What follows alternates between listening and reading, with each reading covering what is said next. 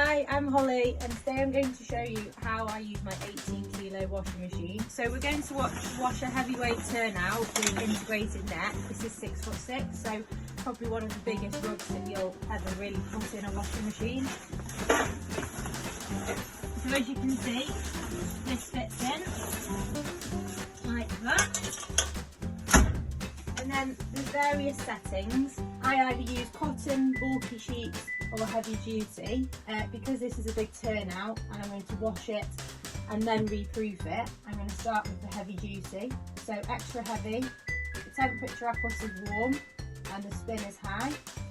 I use a Cater Wash rug wash, use about 400 to 500 ml. So very simply put it in the detergent section like so, press go, and there you have it.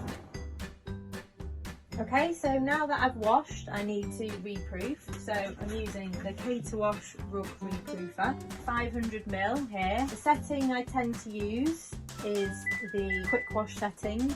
I tend to put it on warm, so 38 minutes, so quite a short wash. All it needs to do is wash in the reproofer and then start, and that will reproof the rug.